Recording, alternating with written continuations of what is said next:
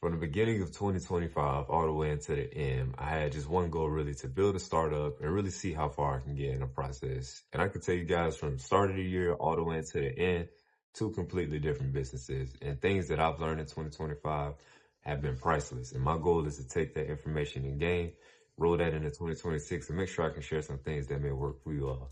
Let's get into it. So off the rip, one thing that we got straight into was just pretty much building out like what kind of structure we wanted. And then pretty much I know like this LLC, this S Corps, the C Corps, and really just a startup that I ended up beginning was an LLC. We did the paperwork and I'm out in Kentucky right now. So it wasn't really too much to go in and get the business started. I think it ran me about 45, maybe 50-ish. And then from there, just filled out the rest of the forms I needed. And since then, we just been really getting to it. But just starting out, wanted to get things on paper. Actually, prior to that, 2024, that fall, I'll say I was actually programming and then I just basically started building out the world that I'm currently working on. And from there, it just really ran into, I think about May. And May was about the time I said, okay, let's put some paperwork behind it. So it's just the simple infrastructure stuff. But later down the road, one thing somebody told me that I ended up meeting was, eventually, the better I get at these pitch competitions I'm going to, the people I'm interacting with, and then the more seed rounds, or I guess the better we get at getting in the seed rounds, eventually we might want to transition to either an S Corp or C Corp, but then they just said that's just based on how the money's moving and also kind of how you want things to be taxed. So that's later down the road, but just to get started, just don't sit on nothing, 2026. Go ahead and get that thing started, even if it's the wrong structure, LLC, S Corp, whatever it may be, even if it's a nonprofit, it'll just figure it out, get it on paper, because all that stuff can be changed down the road. Like, probably by the end of this year or 27, I might end up making that transition, but the goal is just to continue to push the progress we made. All right, y'all, so this was a really big one for me, and this one kind of stressed me out really pretty much the whole year, like building a team around a startup. There's different situations for every business that begins, but having an efficient team, and I'm not talking like family, cousins, friends, no, I'm talking about like real strangers that you go talk to. That part was extremely hard to wrap my mind around. Like, damn, bro, I got this idea. I've been putting in the work. We got some things created. I got some stuff in motion, but I need some help. And then who you go to figure out this help? Yeah, at first, a pain point was just stressing about that. But over time, I really got good at networking and meeting people. And as I got better at networking, I'm out in the community. I'm just really shooting the shit to people. I'm talking, really just hearing what people are interested in, and then just throwing suggestions back and forth. And those conversations turned into something pretty solid. And once I talked to these people for a while, we set on some ideas and collaborate on a few things and really just get some small projects out the way. And then it comes together when it's like, oh, okay, this person dialed in. So it came to the point where I ended up meeting my first teammate at, it's not a country club, but it's like kind of like a social bar. And I could tell she was a little antisocial, but I was just like, you know what? I'm starting the conversation, keep it smooth. There we go. And then from there, I just really learned that she was in grad school, I believe, getting her master's in machine learning. And the product that we're working on needs some machine learning, or at least some level of artificial intelligence to really build out the conversation piece from user to the technology that we're working on. The conversation went on. The night was good. Great conversation. Learned about her interests and what she was interested in. I just threw about like, okay, if you're looking for something to get on and get into, like, just let me know. And I'm always around, just working on different things. And I'm just currently building this up. Yeah, okay, cool. And I just went off that night and had a conversation with so many other people. It was like a networking event. At the end, she came and found me and shook my hand. And the person I was talking to at the time, I was like, damn, you must leave a decent impression. So I was like, I must have. So in my mind and spirit, it was like in that moment, like, go ahead and get her information and follow up with her. First of all, be people, check on her, make sure she's cool, everything she got in, and just really see what her headspace is. And from there, this became my first teammate. And now we just got through our first accelerator together, and we're actually entering 2 more this winter. So she's been amazing. She's a software engineer for me now. But that's what I'm saying. Like, you're not gonna have money, but it's really the belief. Once you got that belief part, people gonna buy into what you're working on, and then just don't make it about you. That's one thing I learned, like, just when you talk to people, hear what they into, and if you can support them. My thing is, if I can't pay you first, I'm gonna pay you in gratitude, and then also, if there's somebody I know who can use what you currently working on or what you're looking to get into, then I'm gonna make sure I give you a good word and shout. So that's really how I started to build my team, and it's been that same effect. Now we're sitting at 4 people for these accelerators that we're jumping into. And then the goal is to really build out a decent product well enough to we can go and start getting national grants. And we already on the road, like just practicing how we communicate and pitch. So that way we can go in and start getting on stage, getting some money, start building up that seed fund and really getting our name out there. The team building part is stressful, but it's very necessary because now I think it came to an inflection point when I realized, like, all right, bro, being a business owner is gonna require you to, it felt hard releasing that, I guess, I wouldn't say control. I just had to let go of that feeling of like, man, something can go wrong. If you sign up to be a business owner, more often than not, something definitely gonna go wrong, but that's all right.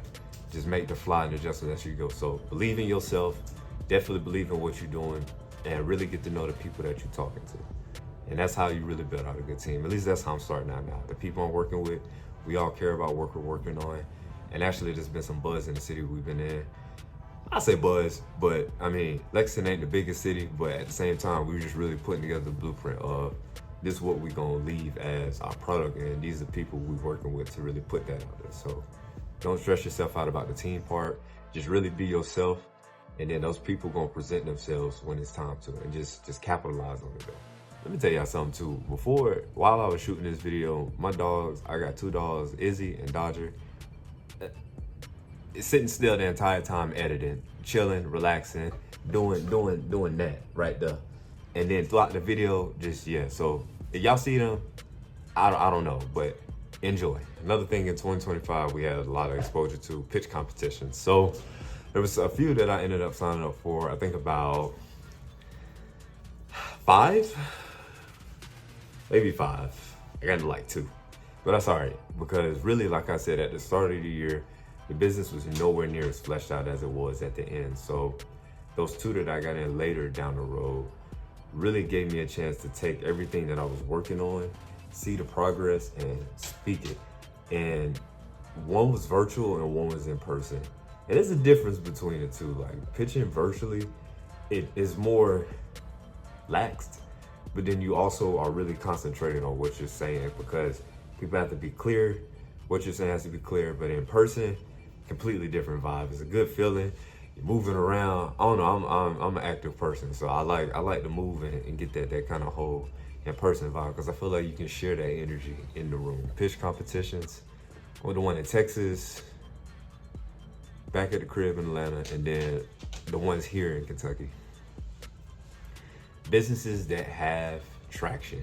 And if you have a startup and you got denied for a pitch competition, you might have probably heard, well, we're looking for you to build more traction. Really, sales, money, sales, or something proven saying that this money that we'll allocate to your business in this pitch competition can have a good return. So traction could be, even if it's a company where you're releasing software and you need some users, at least have 100 users, 50 users, and are some of those paid? If they're paid, that's a bonus. And if they're paid and you can break down your numbers and how your numbers are gonna grow, amazing. Once you have that proven traction, like once you really have a follow of people believing in your product, trying the thing out, it's publicly kind of proven, you have some kind of infrastructure, or you probably hear like moat, like maybe, I don't know if it's, I wouldn't say a patent or whatnot and everything and that such. And even stuff with patents, y'all, don't stress yourself out about that too. Like, have an idea, you do have to protect it and be careful of how you present it and who you present it to. I'll just be honest with you. One thing I learned, ideas are a dime a dozen. Somebody could try to steal your idea, but it's been given to you. So the chances of them following through at the depth you would follow through, don't stress yourself out about those small details. Like, it'll be an opportunity to present itself. Working with a wearable and software, there's gonna be a time where I need to copyright and get a patent, of course. But now, yeah, that's a sidetrack, but pitch as much as you can. Best advice I was given was just get comfortable talking about your business and then really understanding like what is basically the thing that you're giving out. If you guys want a video on like things I've been doing to work on how I pitch and just things I've been working on, there's been some things I've used. I made probably 8, maybe like probably about 8 different pitch decks last year. A few were 5, a few were 10 minutes, and I even pitched 8 seconds to somebody. And it was probably one of the better experiences I had in pitching because it really taught me just how to boil it down. But So many different methods. So get used to talking about your idea and being comfortable figuring out ways to engage people. The best storytelling mixed with understanding your numbers and your target audience is usually hard to beat. That on top of that, the traction piece, do you have money flowing in and out the business? It's really hard to beat that combo on stage or any pitch competition that you're in. So those are just the factors that I've learned and I'm carrying over in 2026 for everything I'm signing up for. And by case proven, I just make a video on or at least tell y'all the results of everything that we currently chopping on. Customer discovery. Late last year, I had a chance to talk to an investor just in my area, and it was a great conversation. I had a chance to meet virtually, and she gave some great game, y'all. And I was just leaving the conversation, I had notes, but the thing that stuck with me the most, she asked, like, how well do you know your customer, right? And it seemed like one of those things that can be missed, but basically she said for 26, find like spaces to where you can become an expert at your customers, because now we've already built 3 MVPs and we're developing our app. However, for the app that we're developing, the customers that we're now interviewing. So one of the accelerators I'm in was supposed to finish or complete 20 interviews by the end of the winter. Within those interviews, not pitching them the idea, we're asking, what have you currently used? What do you pay for? Something similar. If you was to use this product, what would it have to do for you? Just those kind of things. Understanding what our ideal customer would need, because as of now, the goal might look like we're going direct to consumer, because it'll just be an easier feedback loop. Like the target audience we're particularly working with is women in menopause. So we're saying, hey, we're developing something that may target or help out what you may need. That's like, okay, cool. Get those conversations. Hear some of the storytelling. What are your pain points? What needs to solve your pain points? What are some of the current solutions that you are already invested in that's adjacent to this, or that's like spot on? And if not, take those gaps and then plug and play with the business. Now, rather than the team that I have iterating off of the innovation we got, now we get feedback into, okay, well, hold on. They said this feature would be something they would want. They wouldn't pay probably for this, but they'll pay for this. Or they currently use their money like this. Now we need to make what we're creating to fit a payment format, just like what they're currently used to. So you get what I mean? It makes it easier for you. It's almost like a cheat code, like y'all remember GTA? Y'all looking at the cheat codes. It was San Andreas, and I forgot the little lineup for the jetpack. We'll be like down, right, left, right, with the joystick, a couple buttons, and you got the jetpack on. It's the same thing with your business. Like once you have like collected the right information from the interviews, move that over to the business and tell your team, hey, this is what our ideal customer, our beachhead customer, that's what it's called. This is what they're particularly looking for. So once you got that information, it makes it a whole lot smoother. And then once you iterate the product that you have, get it to them. Don't be afraid if it's BS. If it's bad, let them tell you it's bad, because now you're cutting off the fat of the business. A really good book, even if you just read the sum up notes from it, The Lean Startup, really highly recommended, because now less fat we can take off the business and deliver our product as often as possible, and then continue to build from there. Don't overstress, but make sure you guys really become like experts at your customers. If you're baking cakes, what kind of cakes do you want to make? Who's the ideal customer of the cakes or styles that you would make? Is it a design that they want? Is it weddings? Is it birthdays? Is it for kids? Is it for elderly people? And what are they looking for? Is it chocolate, strawberry, vanilla, whatever it may be? But that's just the depth that you want to get, because now having that information, you got some data records. And then when I said in 2025, the business did look like how it did at the start towards the end, that's just because we've been talking to so much more people throughout the years. The business is naturally going to change. And it's okay if it does change off of customer discovery and then finding out more through what the actual people would want to use. There's nothing wrong with a pivot, y'all. Being a football player, if y'all don't really know too much about football, it's something called an audible, right? You got to play already dialed up, ready to go, ready to execute. Your partner's ready to go do whatever they need to. But then sometimes in the midst of a play, you need to make an adjustment. Maybe the defense may give you something you haven't seen before. I play defense, so maybe the offense may motion somebody and it may change the whole outlook of what the coverage we're in. Somebody else might have to blitz and somebody else may have to drop in coverage. Don't be afraid to call an audible. It's all right, because now you're gonna figure out, damn, did this play work? And did we make the right adjustments if it didn't? And that's all right. This is probably one of the oldest pieces of information in the book, networking community. Probably the biggest takeaway from my 2025 in business was community, because now proximity to people creates relationship. And when it comes to meeting people and throughout the year, just really getting out there and talking, you just understand we all damn near are similar in some type of way, or at least looking for some type of solution or the next thing to build off on. Like, people just are just like that.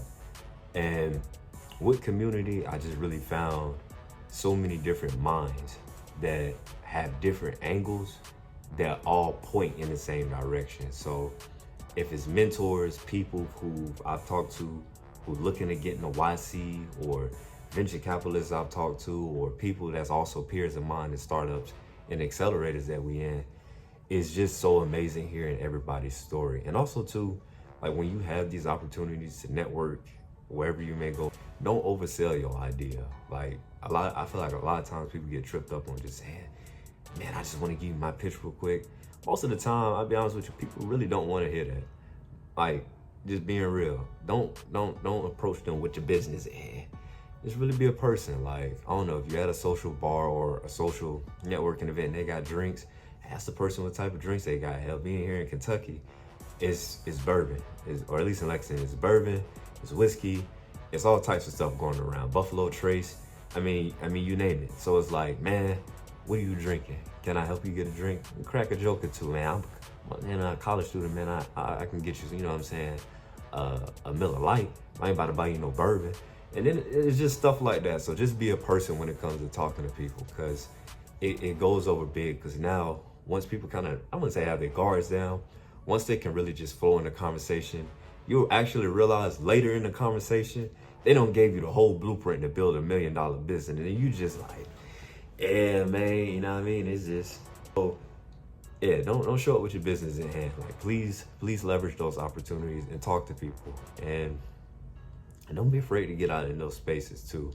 If your mind is tricking you, people are supportive. Like, everybody wants to be associated with a winner, right? So the more consistent people can see you applying the things that you talk about, like, for example, like I said, that kind of social bar, or I guess country club, whatever it is, every single time I go, the people I talk to is like, yeah, the game that you gave me, I ran with it, and this was the results.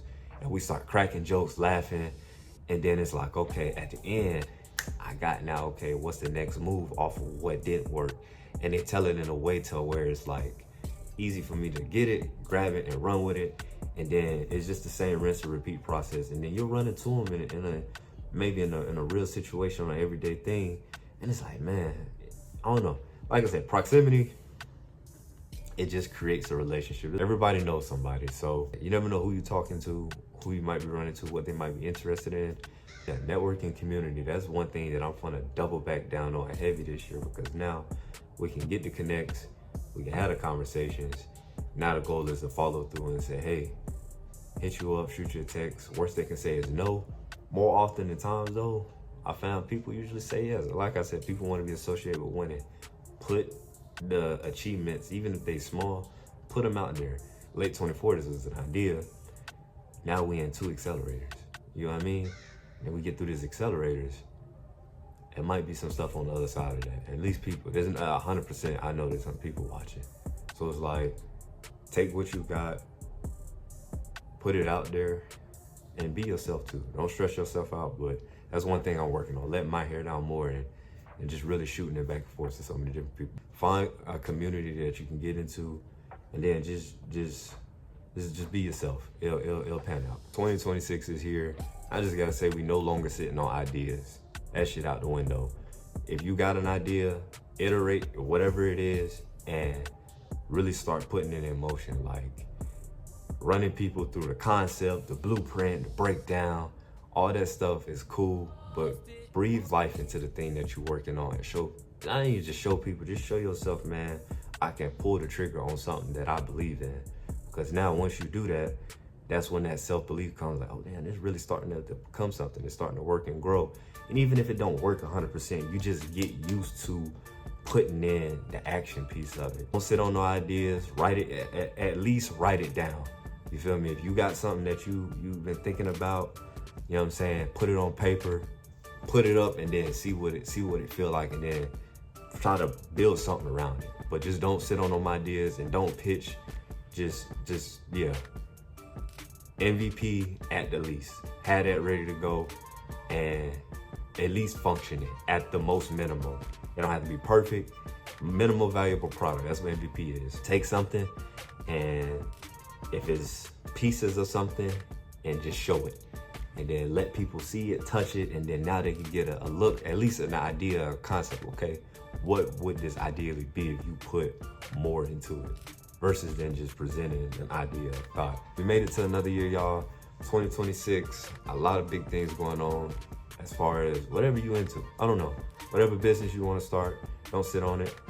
And I'm just excited to see it. So just tap in. My goal is to really just start putting out stuff that I've been working on, feedback that I've been getting from customers, the progress of where we at.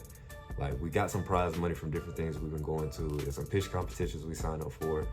After we get through these accelerators, the goal is to really start finding those spaces to now tell people is what we own. So hopefully y'all can do the same. Praying for y'all growth and strength and just life too, minus the business stuff. So y'all stay locked in. Use hand sanitizer because there's something going around. But I'll make sure I catch y'all in the next video.